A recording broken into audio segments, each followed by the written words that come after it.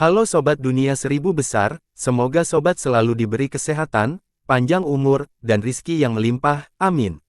Sebelum masuk ke alur ceritanya, jangan lupa dukung channel ini ya dengan klik subscribe, like, komen, dan share, terima kasih. Mari kita lanjutkan perjalanan, Tianlong. Semua orang tahu kalau aku sangat mencintainya. Meski begitu, Logan mengangguk. Tidak ada yang perlu disembunyikan, setengah dari seluruh kekaisaran Loret mengetahui cintanya yang mendalam pada Claire, dan dia juga tidak malu jatuh cinta pada seorang wanita lajang. Hebat, sungguh luar biasa melihat Anda sangat mencintai permaisuri Anda, tetapi sebagai seorang kaisar, Anda memiliki tugas yang harus Anda penuhi, Kaisar Loret. Bagaimana kalau Anda mengambil putri saya yang ke-36, Shirley Ashton sebagai permaisuri Anda? Bakatnya tidak ada kurang dari milikmu, pada kenyataannya, dia bahkan bisa dikatakan sebagai permata kerajaanku. Kaisar Ashton membual dengan bangga. Ini, Logan memasang ekspresi sulit di wajahnya. Tawaran ini menggiurkan dia, namun dia tahu konsekuensi menerima tawaran ini baik secara internal maupun eksternal. Apa? Kalau soal usia, dia baru 16 tahun, usia yang tepat untuk menikah. Jika kamu tidak suka, kamu bisa menunggu beberapa tahun untuk menjadikannya sebagai pendampingmu. Kaisar Ashton tampak bertekad untuk mengalahkan saingannya, dan mungkin tidak akan mundur setelah sampai sejauh ini. Tapi sebelum itu semua, jika dia bisa menikahkan putrinya dengan tokoh yang menjanjikan dan berpengaruh dan menjalin hubungan dengan kerajaan lain, itu tidak akan menjadi lebih baik, atau begitulah pikirnya dengan kilatan tajam di matanya. Selain itu, putri kesayangannya juga akan melonjak seiring dengan pertumbuhan kerajaan Loret. Dalam benaknya, ini bukanlah usulan yang buruk. Tawaranmu menggiurkan, Kaisar Ashton, tapi aku harus menolak tawaranmu dengan baik hati, kalau tidak aku bahkan tidak akan tahu bagaimana aku mati. Logan menggelengkan kepalanya dengan ekspresi sedih di wajahnya. Hehe, kulihat Kaisar Loret dikutuk atau diperas.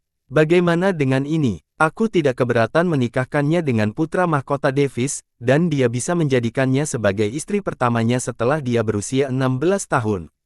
Kaisar Ashton ragu-ragu saat dia berkompromi dan dengan enggan berkata seolah-olah ini adalah usulan yang oke untuk diselesaikan. Bagaimanapun, Pangeran Davis akan menjadi pewaris tahta kerajaan Loret berikutnya. Ini bisa diterima. Logan mengangguk karena dia juga ingin bersekutu dengan kerajaan yang dapat diandalkan. Kekaisaran Ross memisahkan Kekaisaran Loret dan Kekaisaran Ashton di daratan, jadi mereka tidak pernah mengalami banyak konflik sejak awal. Sempurna. Davis mengeluarkan suara tidak mengerti. Perubahan proposisi terjadi begitu cepat sehingga dia tidak dapat memahami apa yang telah terjadi. Dia hanya menikmati pertunjukannya, melihat ayahnya ditempatkan dalam posisi yang canggung adalah hal yang menyenangkan, dan entah dari mana, dia tiba-tiba bertunangan tanpa alasan. Hehe, sepertinya Pangeran Cilik cukup bahagia. Jangan khawatir, putra mahkota Davis. Aku pasti akan melindungi pengantinmu dari bahaya sampai kamu dewasa. Kaisar Ashton dengan bangga menyatakan. Davis menganggukkan kepalanya, tanpa sadar. Proses berpikirnya tidak bisa mengejar percakapan yang sedang terjadi saat ini. Setelah beberapa detik, dia tersadar dari lamunannya saat kesadaran muncul di benaknya. Bajingan, dia menjebakku. Davis marah. Ayahnya bahkan belum mendapatkan izinnya. Jika dia benar-benar anak berusia 6 tahun, itu adalah satu hal, tetapi ternyata tidak. Bagaimana mungkin dia bisa menerima hal ini? Dia tetap diam, mengetahui bahwa dia seharusnya tidak menggunakan transmisi jiwa. Dia tidak mungkin mengamuk dan mengamuk, bukan? Itu akan sangat memalukan, dan mereka juga akan meragukan usianya karena seorang anak kecil seharusnya tidak tahu tentang masalah orang dewasa. Diskusi berlangsung selama beberapa jam saat mereka mengubah topik pembicaraan menjadi kejadian di benua Laut Besar. Baiklah kalau begitu, kita pamit. Jika ada kesempatan, kita akan bertemu lagi. Kaisar Claymore berdiri dan mengucapkan selamat tinggal. Semoga hadiahku benar-benar memuaskanmu. Kalau begitu aku juga akan pamit. Kaisar Ross pergi dengan cepat. Saya akan menyampaikan masalah pertunangan putri saya, jadi tidak perlu khawatir jika dia akan mundur karena saya akan mengurusnya. Kaisar Ashton menghibur Logan dan pergi. Permaisuri Ruth, yang hendak pergi, berdiri, tetapi dia mengerutkan alisnya dan mengarahkan pandangannya ke dekat singgasana dan memperhatikan tatapan pangeran cilik padanya. Dia tersenyum dan dengan elegan berjalan ke arahnya. Davis langsung menjadi gugup. Dia bisa melihat puncaknya sedikit bergoyang, dan ketika dia tiba di depannya, dia membungkuk dan mencubit pipinya. Dia membeku, matanya belum beralih dari belahan dadanya. Anak yang lucu. Permaisuri Ruth dapat melihat bahwa Davis sedang menatap puncaknya dengan penuh perhatian. Dia menyeringai dan tidak mengingatnya karena dia baru berusia sekitar 6 tahun. Dia pikir itu adalah keingintahuannya, yang membuatnya melihat aset kebanggaannya. Yang nakal pada saat itu. Dia merenung pada dirinya sendiri karena dia bisa merasakan bahwa dia sering menatapnya selama diskusi. Indra fisiknya memungkinkannya merasakan semua tatapan pria yang tertuju padanya. Kalau begitu, aku juga akan mengucapkan selamat tinggal, Kaisar Loret. Dengan punggungnya terlihat oleh pandangan mereka, dia pergi saat dia terbang. Davis tetap membeku. Dia terlalu cantik, dan bahkan pakaiannya yang sederhana pun tidak bisa menyembunyikan asetnya. Meskipun dia telah melihat banyak hal di kehidupan sebelumnya, dia belum pernah melakukan kontak dekat sebanyak ini sebelumnya. Dia masih perawan dan akan menjadi penyihir jika dia tidak bertransmigrasi. Dia merasa itu menggembirakan karena jantungnya terus berdebar kencang. Akhirnya, setelah beberapa detik, dia menggelengkan kepalanya. Aku mengacau. Dia berpikir dengan sedih. Entah kenapa, dia merasa kecewa karena tidak berhasil meninggalkan kesan yang baik padanya. Dia menemukan ayahnya meninggalkan aula secara diam-diam dan berlari ke arahnya dengan cepat. Ayah, apa maksudnya ini? Davis menangkap lengan bajunya dan bertanya dengan marah. Logan tersenyum malu-malu dan pergi tanpa berkata apa-apa. Kurang ajar kau, Davis berteriak karena dia tidak peduli lagi. Suara tawa bergema di aula tahta. Semua orang di istana kerajaan tahu bahwa hubungan mereka bersahabat. Oleh karena itu, mereka tidak memikirkannya secara mendalam. Davis menuju ke istana permaisuri untuk mengadu kepada ibunya. Dia dengan marah berjalan dengan langkah tegas. Dia mencapai tempat tinggal permaisuri, memasukinya, dan mencapai kamar ibunya. Tidak ada yang menghalanginya di jalan, jadi dia bisa sampai dengan cepat.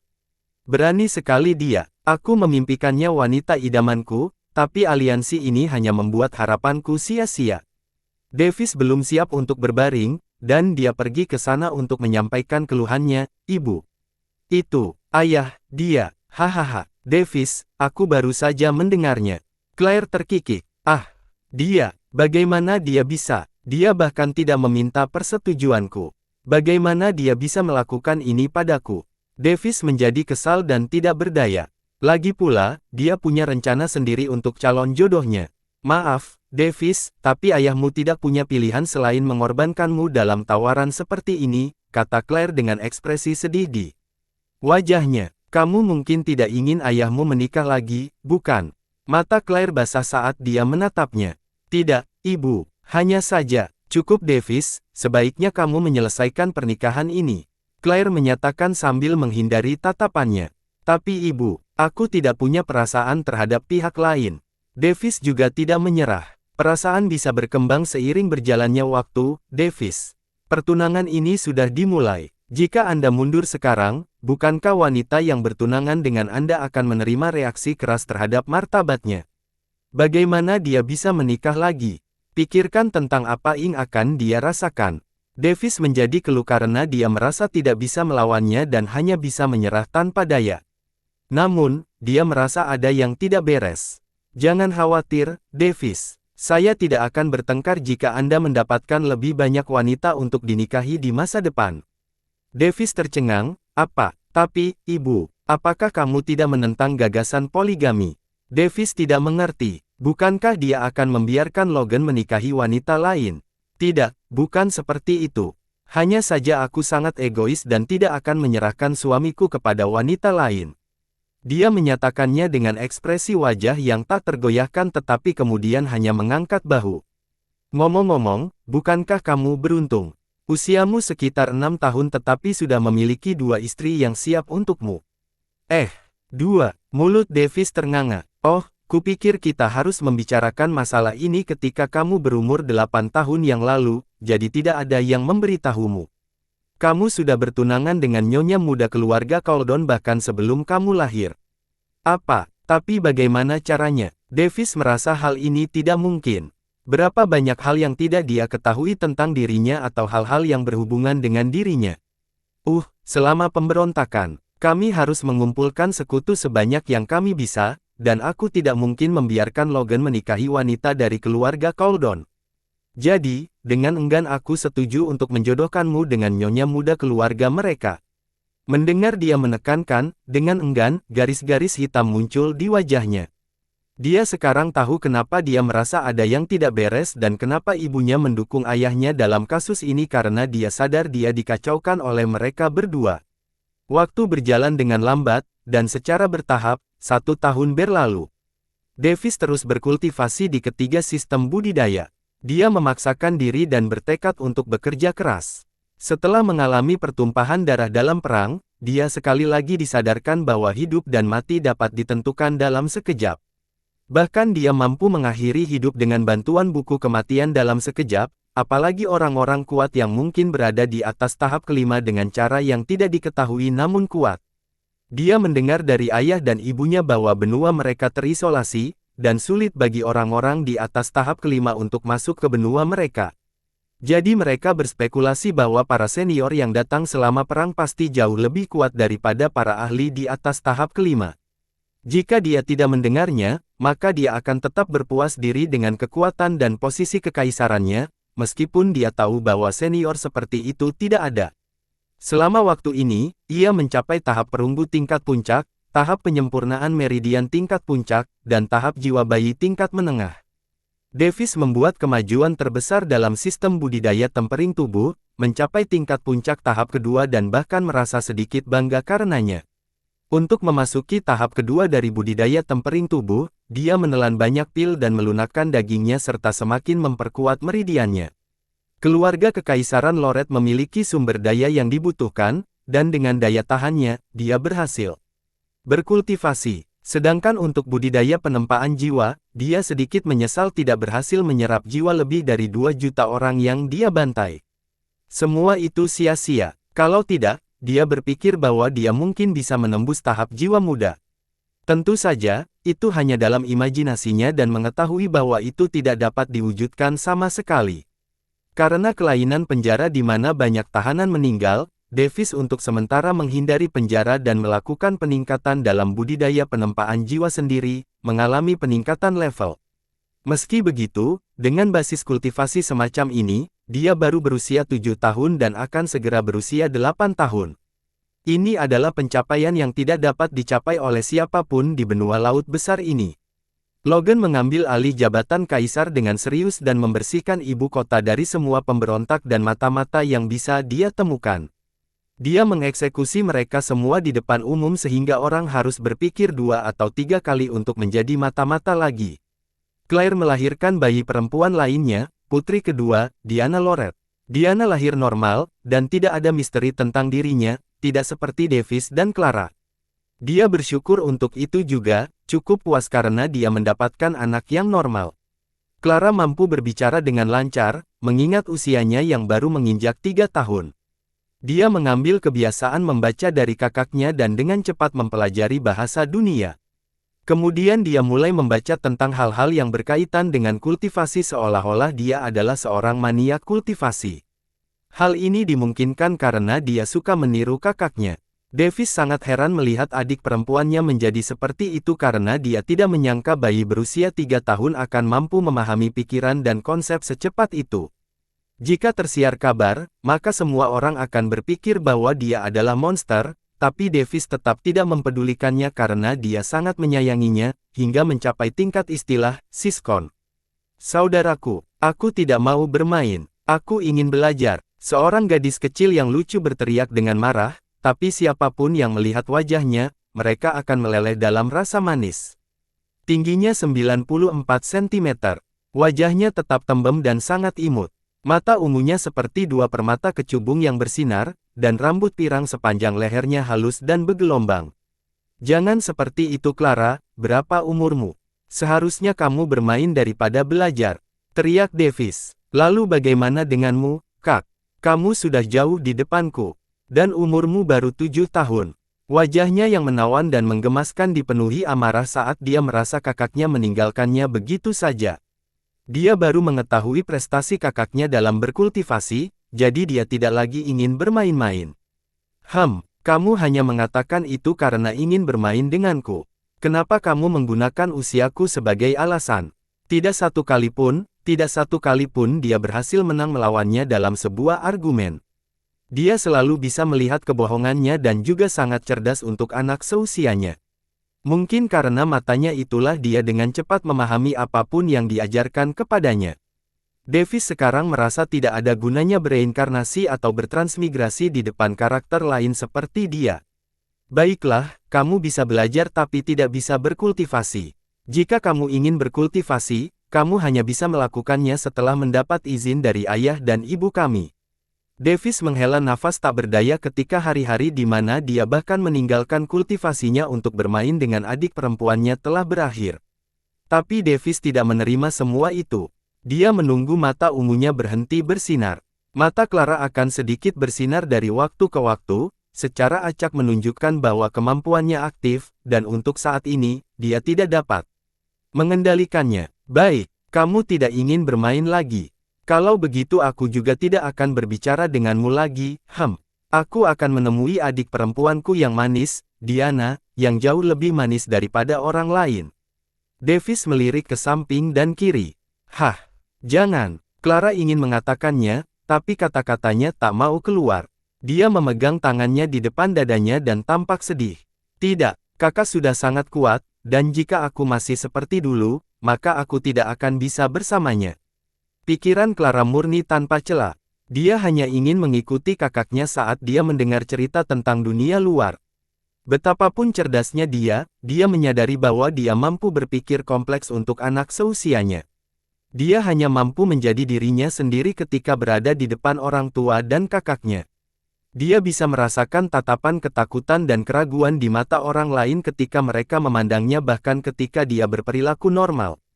Meski orang tuanya agak canggung saat dia menunjukkan kecerdasannya, namun kakaknya menerima segalanya. Clara mengetahui hal ini karena matanya yang mampu menembus tipu daya dan kebohongan.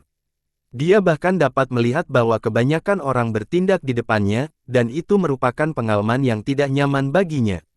Jadi dia yang diadopsi memiliki karakter yang sedikit dingin di depan orang tuanya dan orang lain. Hanya di depan kakaknya dia akan menjadi sedikit ceria dan hangat. Hanya kakaknya yang benar di hadapannya. Dia tahu bahwa meskipun dia berbohong dari waktu ke waktu, yang ada hanyalah kekhawatiran karena dia akan segera menjelaskannya sendiri. Teruskan aktingnya, saudaraku. Clara marah dengan wajah memerah dan pergi. Meski matanya tidak aktif, dia bisa mengetahui apakah kakaknya berbohong atau tidak hanya dari intuisinya. Dia bahkan membentuk kebiasaan untuk mengatakan kebenaran selain kebohongan dengan menggunakan intuisinya. Sedikit yang dia tahu bahwa dia sedikit demi sedikit mendapatkan kendali atas mata kebenaran transenden mistisnya dengan mempraktikkan kebiasaan ini. 4 bulan berlalu dalam sekejap mata. Selama ini, Davis berhasil menembus tahap kondensasi energi, tahap kedua dalam budidaya pengumpulan esensi. Selain itu, dia juga mulai berlatih beberapa teknik pertempuran. Dia telah memakan buah tiran mistik dan berhasil mencapai fisik tirani, membuatnya kebal terhadap orang-orang yang masih berada di tahap perunggu. Dia harus berterima kasih kepada Kaisar Ross yang bodoh untuk itu, dan berterima kasih kepada orang tuanya karena telah memberikan buah tiran mistik ini. Aura pertarungannya setidaknya menjadi 2 kali lebih kuat saat mengkonsumsinya. Tapi dia agak tidak merasa senang dengan hal itu karena dia sedikit merindukan bermain dengan Clara. Kadang-kadang dia pergi menemuinya, tapi dia segera mengirimnya kembali, membuatnya kembali belajar. Dia merasa menyesal telah mempermainkannya pada hari itu dan berpikir bahwa dia mulai membencinya, jadi dia berhenti mengganggunya untuk beberapa waktu. Dia belum pernah memiliki adik perempuan sebelumnya, jadi dia tidak tahu bagaimana dia harus memperlakukannya dalam situasi seperti ini. Selain itu, hari ini adalah hari yang spesial karena merupakan hari ulang tahunnya yang ke-8. Dia merasa gelisah karena suatu alasan karena dia tahu bahwa hari ini adalah hari di mana dia akan mendapatkan pembantu pribadinya. Mereka membawanya sebulan yang lalu ke Istana Kekaisaran, tapi dia juga tidak mendapatkan satu kesempatan pun untuk bertemu dengannya, tetapi dia tahu bahwa pelayan kastil kemungkinan besar melatihnya selama bulan ini. Rupanya, keluarga Loret menugaskan seorang pembantu untuk pangeran mereka setelah mereka mencapai usia 8 tahun. Dia baru mengetahui hal ini ketika dia mendengar tentang apa yang disebut adat istiadat yang diberikan kepada pangeran kerajaan Loret. Singkatnya, yang disebut pembantu pribadi tidak lain adalah wanita yang merawat mereka dengan segala cara. Sebagai penduduk bumi yang tidak punya pilihan selain menghibur dirinya dengan anime, novel, dan sejenisnya, dia pasti punya banyak fantasi tentang pelayan. Tetapi ketika dia tahu bahwa dia benar-benar akan mengalaminya, dia tidak yakin lagi apa yang harus dia rasakan. Dia mendengar bahwa dia dibeli dari pelelangan, dan ceritanya adalah bahwa dia adalah seorang yatim piatu yang ditinggalkan di jalanan, dijemput oleh orang-orang yang melatih pelayan pribadi. Dia dibesarkan dalam kehidupan hanya untuk melayani orang-orang yang membelinya, jadi tidak masalah apakah pelanggannya adalah seorang yang merosot atau tidak. Apakah dia merasa bahagia, sedih, bahkan dia tidak mengetahuinya. Mau tak mau dia merasa kasihan atas nasib mereka, tapi setidaknya, dia bisa terbebas dari penjara perbudakan dan penyiksaan itu. Pangeran, ada ketukan di pintu, segera diikuti oleh suara muda namun naif. Davis tetap di ruang belajar, duduk di tempat tidurnya. Pada saat itu, dia tiba-tiba menjadi kaku karena suatu alasan. Merasa sedikit bodoh, dia menenangkan dirinya sebelum menjawab. Masuk, pintu terbuka, dan seorang gadis berusia 8 tahun muncul di hadapannya. Tingginya sekitar 127 cm, kira-kira sama tingginya dengan Davis. Rambut sepanjang lehernya tetap hitam murni tanpa setitik pun debu, dan dia mengenakan pakaian pelayan kerajaan tanpa embel-embel. Dia tampak cantik dengan mata hitam gagak berbentuk almond. Dia dengan gugup masuk dan membungkuk di depan Davis. Tuan, mulai sekarang, saya adalah pelayan pribadi Anda. Anda dapat bertanya kepada saya tentang apa saja dan memerintahkan saya untuk melakukan perintah Anda. Dia bergumam pelan dan berteriak dan akhirnya, ha. Davis tertawa hampa. Dia melupakan kegugupannya setelah melihatnya segugup ini. Sebagai permulaan, kamu bisa memberitahuku namamu, jawabnya. Sor, saya minta maaf sebesar-besarnya, Tuan. Saya dipanggil Elia. Dia tergagap, tapi kedengarannya menggemaskan. Benar, Nona Elia, bisakah Anda berhenti mengatakan, Tuan? Panggil saya Davis, setidaknya saat kita sendirian. Davis tersenyum kecut. Dia merasa tidak nyaman ditempatkan pada posisi tinggi oleh seseorang seusianya. Selain itu, dia punya pemikiran lain untuk pelayan pribadinya ini daripada membiarkannya bekerja keras di sekelilingnya seperti robot. Dia tidak ingin orang-orang seperti itu berada di sisinya. Karena dia ditakdirkan kepadanya oleh apa yang disebut adat istiadat, dia punya rencana sendiri untuknya. Nona Elia, pelayan rendahan Anda tidak membutuhkan banyak kehormatan, Yang Mulia. Dia tersipu saat dia tergagap. Davis memelototinya dengan cermat. Pangeran Davis, dia mengoreksi dirinya sendiri. Davis menghela nafas sambil melihat sikap patuhnya, sepertinya aku harus terbiasa dengan statusku juga. Begitu dia memikirkan bagaimana pelayan kastil akan melatihnya, dia menyadari bahwa dia tidak bisa mengubah mentalitasnya secepat ini. Selangkah demi selangkah, dia menghela nafas dan berkata pada dirinya sendiri. Elia terlihat agak bermasalah, tapi dia juga terlihat akan mencoba yang terbaik untuk menyenangkannya. Davis menyeringai ke wajahnya dan bertanya, baiklah, kamu bilang aku bisa menyuruhmu berkeliling. Elia menjawab dengan anggukan, ya, Pangeran Davis. Davis mengalihkan pandangannya ke tempat lain sebelum mengalihkan pandangannya ke arahnya lagi, kalau begitu, ayo kita main game. Permainan apa? Elia berkedip saat wajahnya menjadi kosong. Sepertinya dia sama sekali tidak menyangka akan menerima perintah semacam ini. Aku akan mengatakan sesuatu, dan kamu harus mengulanginya dengan cukup cepat. Jika kamu bisa mengikutiku, maka aku akan memberimu hadiah yang adil. Elia tidak memiliki ekspresi di wajahnya, tapi ekspresi tubuhnya menunjukkan bahwa dia cukup gugup, sesuai perintahmu. Baiklah, mari kita mulai. Davis memelototinya lagi. Dia dengan cepat memahami arti tatapannya dan menjawab. Baiklah, mari kita mulai. Davis mengangguk, bagus sekali, kamu sangat pintar. Begitu saja, ikuti aku. Bagus sekali, kamu sangat pintar. Begitu saja, ikuti aku. Mudah, kan? Davis menjadi terkesan padanya. Dia dengan cepat menerima. Sekarang, mari kita mainkan ini dengan serius. Petik 2 titik. Mudah kan? Sekarang, ayo mainkan ini dengan serius. Elia memahami permainan itu dengan cepat dan dengan naif memainkannya seperti anak kecil. Dia mulai menunjukkan senyuman di wajahnya, yang setidaknya memberi tahu Davis bahwa dia tidak hancur seperti dulu. Hiburan kekanak-kanakan mereka berlangsung selama 5 menit berturut-turut. Saat ini, Elia sudah tersenyum lebar. Dia melupakan statusnya dan bersaing dengannya dengan kemampuan terbaiknya. Astaga, kuharap para idiot ini berhenti menyuruhku berkeliling. Petik 2 titik. Astaga, kuharap para idiot ini berhenti menyuruhku berkeliling. Dia menjawab hampir secepat dia. Dia bisa melihat bahwa dia terlibat di dalamnya, dan dia diam-diam menjilat bibirnya sebagai antisipasi. Mereka hanyalah orang bodoh yang ditempatkan pada posisi tinggi, pantas mati. Petik 2 titik. Mereka hanyalah orang idiot yang ditempatkan pada posisi tinggi, pantas mati. Terutama Kaisar Loret itu, dia babi sialan. Petik 2 titik. Terutama Kaisar Loret itu, dia adalah babi sialan. Elia menjadi sangat bingung dalam percakapan cepat itu tetapi memilih untuk mengakhiri kalimatnya dengan keraguan. Kemudian dia menyadari dengan ngeri bahwa kata-kata yang dia gumamkan benar-benar menghujat. Dia jatuh ke tanah dengan ekspresi kosong di wajahnya. Kamu berani mengatakan bahwa ayah kekaisaranku, Kaisar Loret, adalah babi? Davis bertanya dengan rasa tidak percaya tertulis di seluruh wajahnya. Elia mencoba menjelaskan dirinya sendiri, tapi tidak ada kata yang keluar saat mulutnya bergerak. Dia meneteskan air mata sebelum akhirnya mengertakkan gigi. Tidak.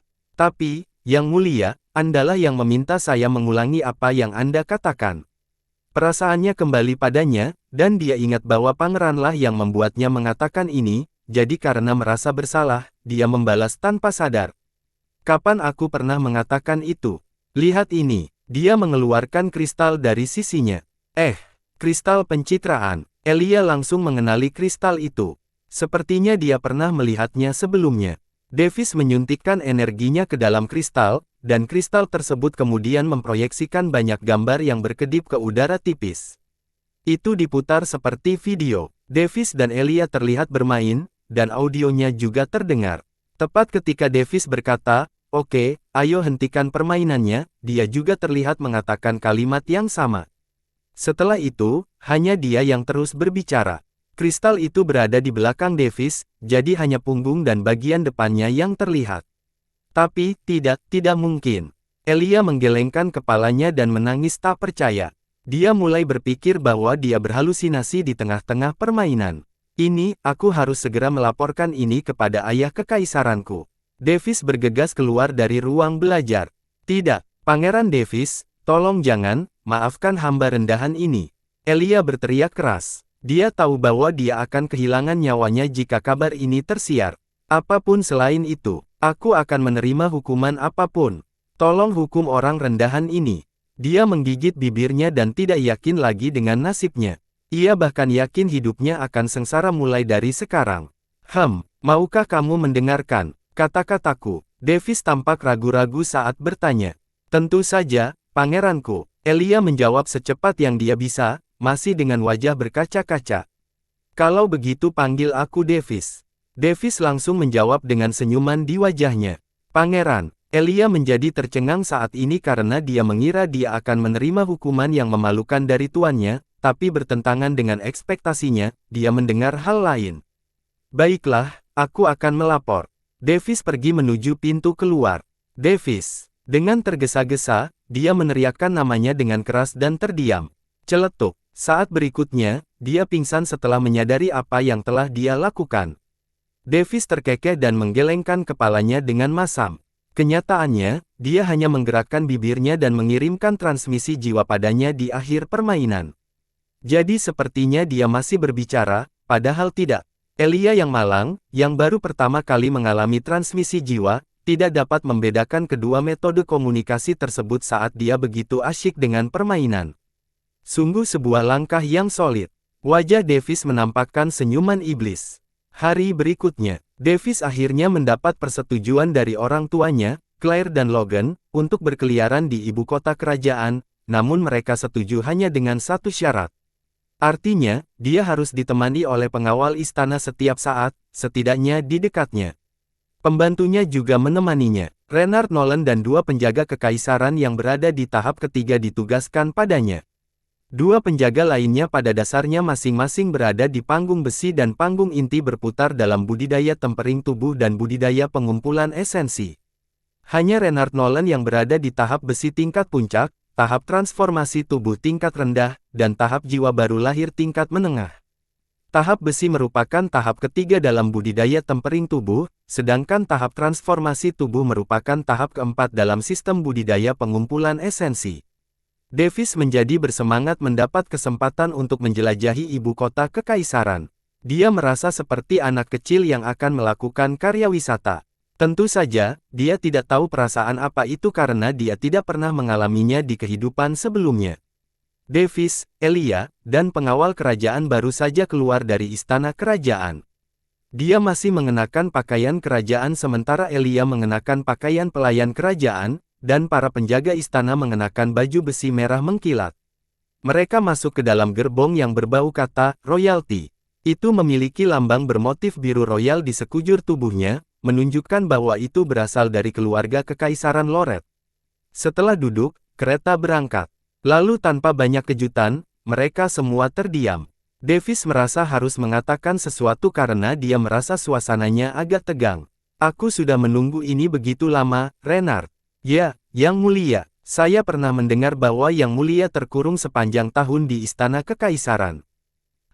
Sungguh menyedihkan, jawab Davis sedih, dan tiba-tiba dia teringat. Oh ya, aku tidak pernah mengucapkan terima kasih karena telah menyelamatkanku dari tempat itu. Terima kasih, Tuan Renard. Tidak perlu berterima kasih padaku, Yang Mulia. Bagaimanapun juga, itu adalah tugasku. Renard merespons dengan ekspresi acuh tak acuh di wajahnya. Hehe, jangan terlalu kaku. Aku ingin berteman juga. Davis tersenyum kecil. Teman, tapi statusku tidak. Jika aku bilang aku ingin berteman, maka aku ingin berteman. Ada yang ingin kamu katakan tentang itu? Davis melotot, menggunakan identitasnya sebagai seorang anak untuk membuat ulah. Petik 2. Elia dan yang lainnya berkedip. Elia tidak dapat memahami apa yang ada dalam pikiran pangeran ini. Dia sangat berbeda dari apa yang dia bayangkan. Yang Mulia, Anda tidak boleh. Seperti ini, Anda memiliki posisi dan status sebagai putra mahkota. Mohon jangan mempersulit kami. Renard tersenyum masam. Jika tersiar kabar bahwa dia berteman dengan putra mahkota, maka dia akan dicurigai memanfaatkan kebaikan sang pangeran. Baginya, itu tidak ada bedanya dengan dijebak. Petik 2. Baiklah. Davis kemudian menyadari bahwa kebaikannya terkadang bisa berakibat fatal bagi orang lain. Karena pihak lain tidak memiliki keberanian, dia tidak lagi peduli dan melihat keluar gerbong. Pemandangannya indah, dengan bangunan-bangunan besar yang dibangun dengan berbagai gaya. Di satu sisi, dia bisa melihat kediaman kuno bergaya Jepang, dan di sisi lain, dia bisa melihat rumah bangsawan bergaya Cina kuno. Melihat itu, Davis tetap kaget. Apa ini? Mengapa bangunannya merupakan campuran dari banyak budaya? Kebudayaan. Oh, yang dimaksud pangeran adalah arsitektur bangunannya. Banyak sekali jenis arsitektur yang ada dari zaman kuno. Ini era New Age, jadi kita tidak membeda-bedakan budaya lagi. Kita anggap saja sebagai sebuah jenis arsitektur. Renard Nolan menjelaskan, era zaman baru. Saya sudah membaca tentang hal itu. Sepertinya zaman kuno banyak orang dari bumi mengunjungi dunia ini.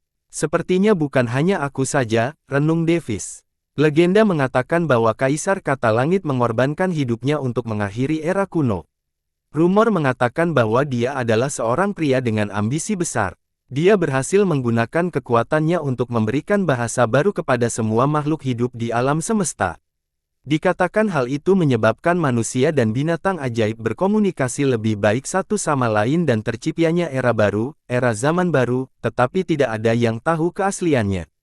Oh, sekarang aku tahu kenapa disebut bahasa kata langit atau bahasa dunia, komentar Elia sebagai tanggapan tetapi dengan cepat meletakkan tangannya di mulut, merasa dia menyela tidak pada tempatnya.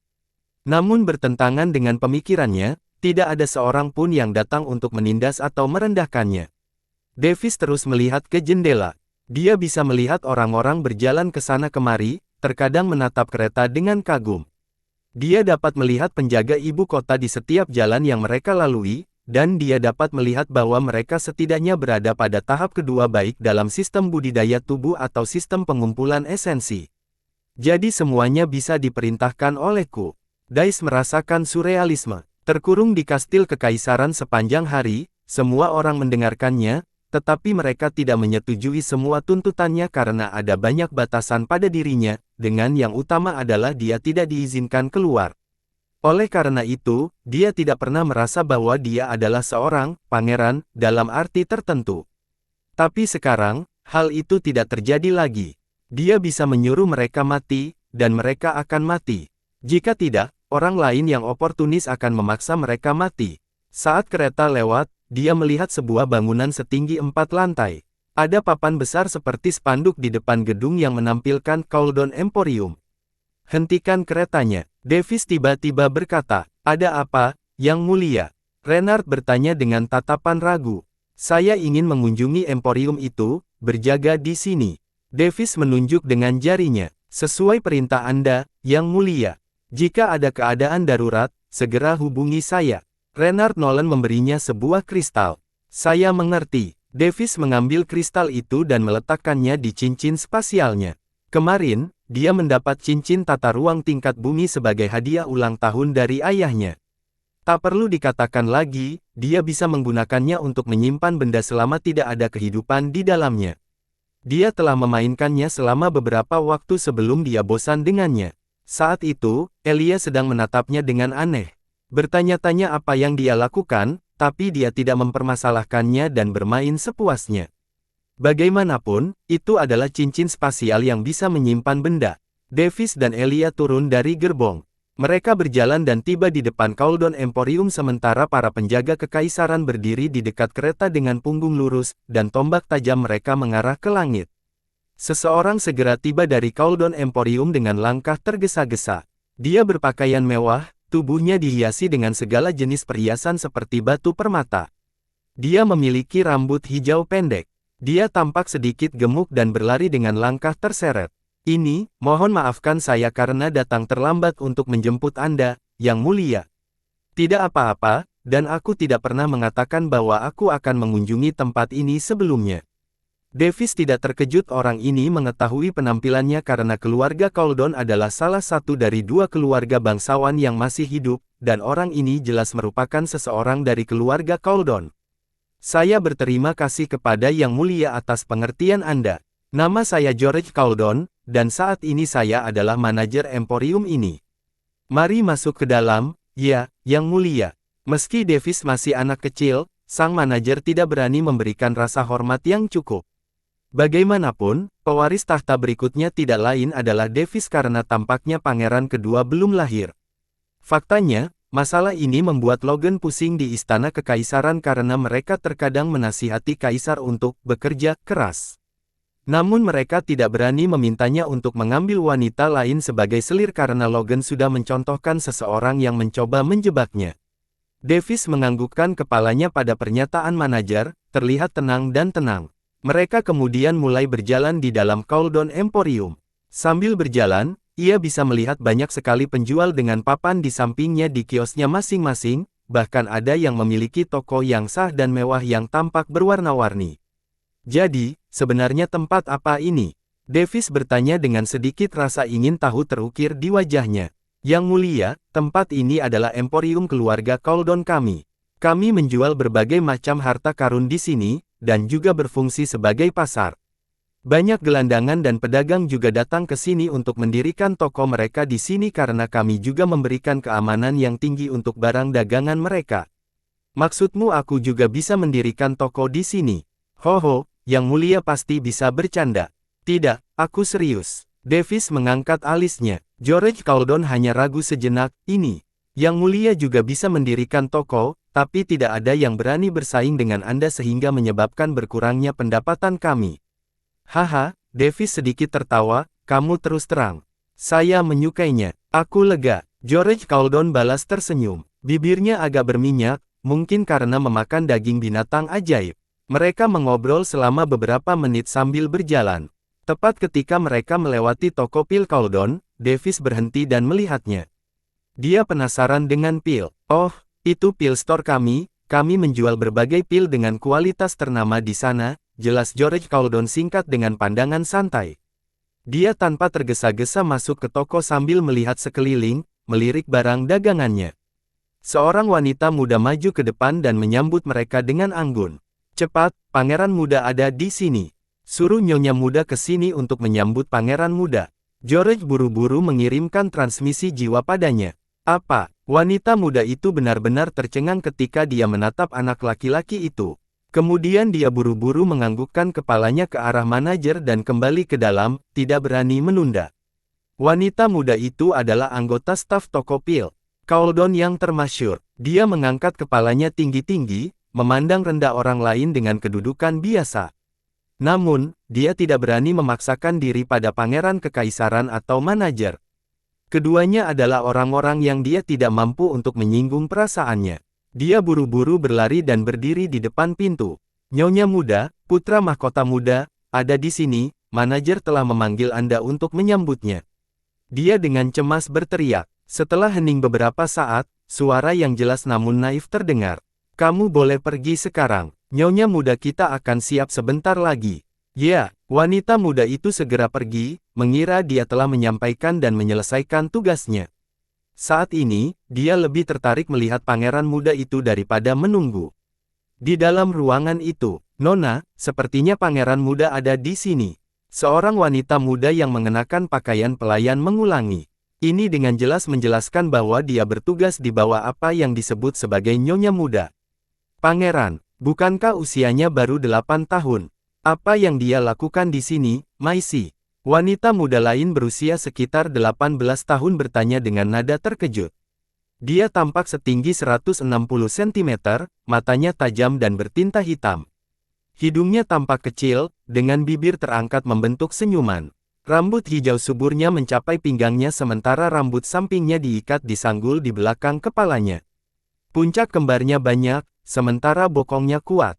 Dia mengenakan congsam hitam dengan garis-garis merah di tepinya, dan ini benar-benar membuatnya terlihat cukup dewasa untuk anak seusianya karena dadanya hampir membengkak.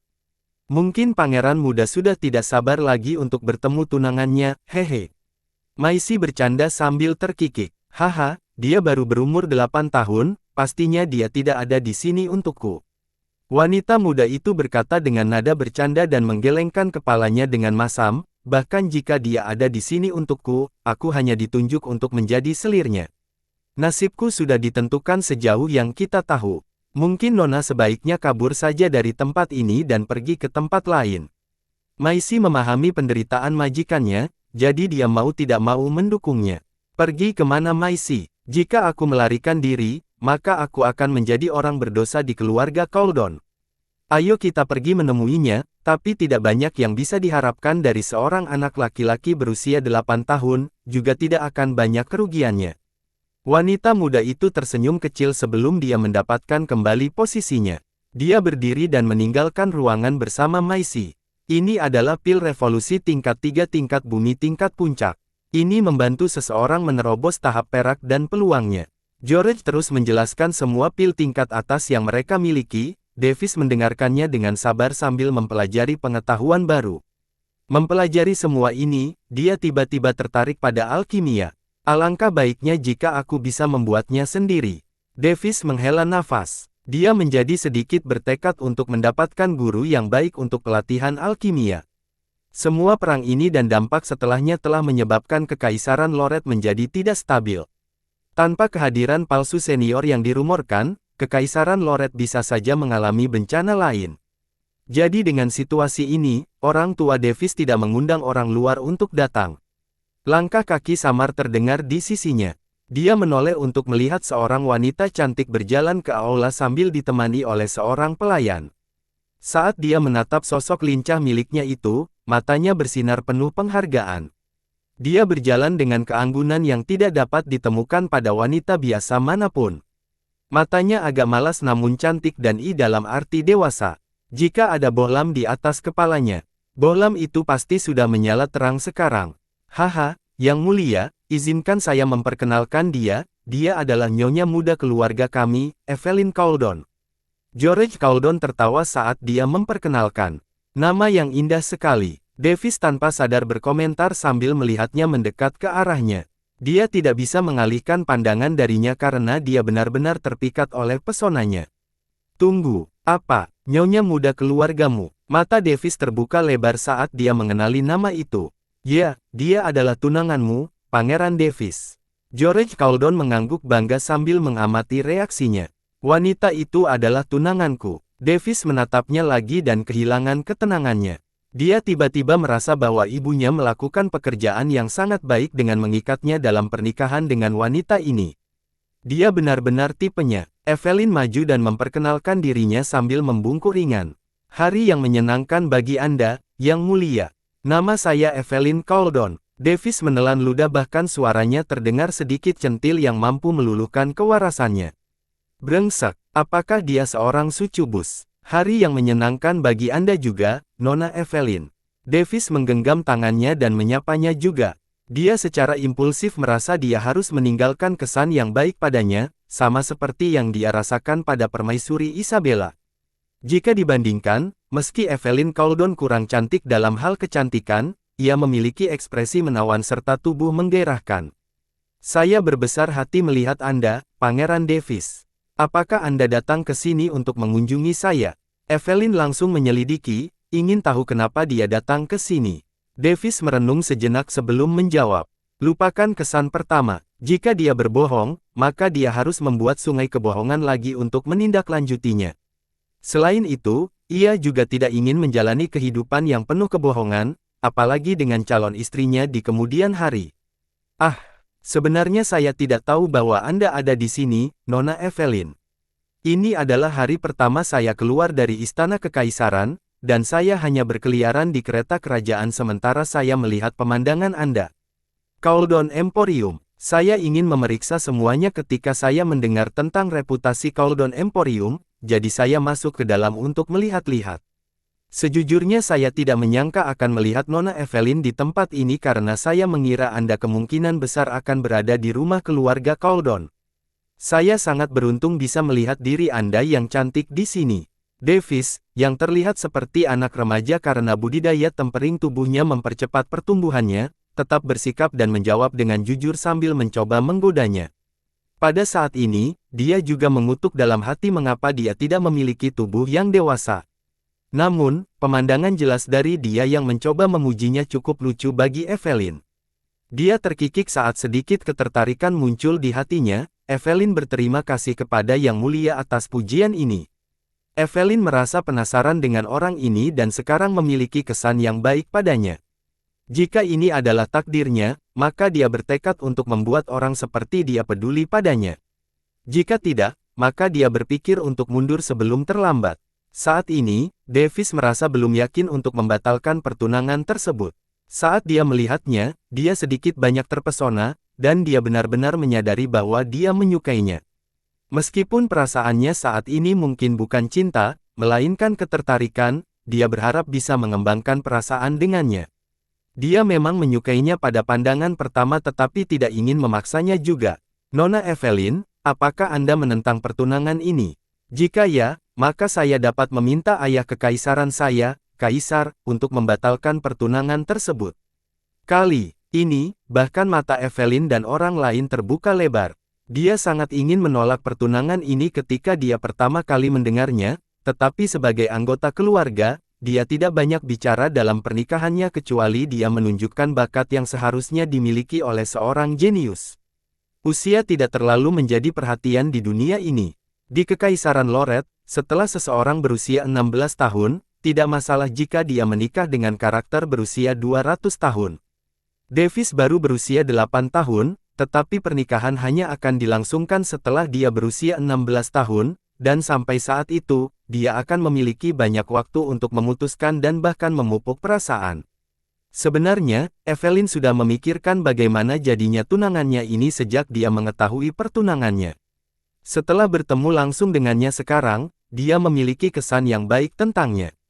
Dia tidak tampak sombong, juga tidak memaksanya melakukan sesuatu yang memalukan untuk menempatkannya pada tempatnya. Dia mendengar bahwa sang pangeran adalah satu-satunya pewaris tahta Kekaisaran Loret. Oleh karena itu, sudah menjadi rahasia umum di kalangan orang-orang bahwa kesombongannya mungkin mencapai surga. Bahkan ada rumor bahwa dia hanya akan berbicara dengan orang-orang dengan melihat ke langit, mengarahkan rasa jijiknya pada mereka. Sekarang, dia dapat melihat bahwa rumor tersebut memang rumor. Tidak ada sedikit pun kebenaran di dalamnya atau setidaknya, dalam kasus ini. Meskipun dia bisa merasakan tatapannya yang menatapnya dengan penuh perhatian seolah-olah sedang memeriksa, dia merasa bahwa itu tidak bersalah. Wajar jika seorang anak laki-laki terkejut saat melihatnya. Lagi pula, dia sadar bahwa dia memiliki rak besar yang membuatnya sakit kepala setiap kali dia keluar dari rumahnya. Namun demikian, dia sekarang sedikit ragu apakah akan membatalkan pertunangan ini atau tidak.